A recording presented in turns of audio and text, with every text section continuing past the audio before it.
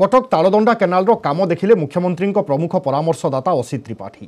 केनालर उन्नयनमूलक career समीक्षा करिसेंती Asit.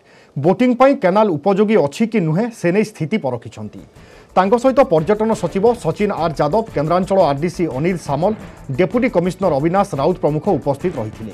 3.55 kilometre पर्यंत केनालर नवीकरण हेले वर्तमान 1.55 किलोमीटर पर्यंत निर्माण हो सारी। बाकी थिबा काम किभली चली एवं समस्या एवं तार समाधान उपरे वरिष्ठ अधिकारी सहित आलोचना करिसेंती असित त्रिपाठी।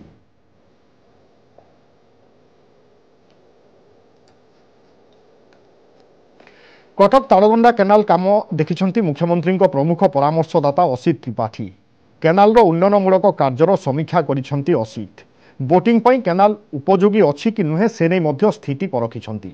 तांको सहित पर्यटन सचिव सचिन आर यादव, केन्द्रांचल RDC Anil Samal, deputy commissioner Avinash Raut प्रमुख उपस्थित रही।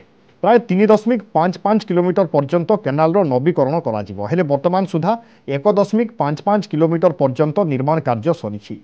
बाकी थिबा काम किभली चली एवं समस्या कौन रही तार समाधान किभली होई पारिबो से नहीं वरिष्ठ अधिकारी सहित आलोचना करिसेंती असित।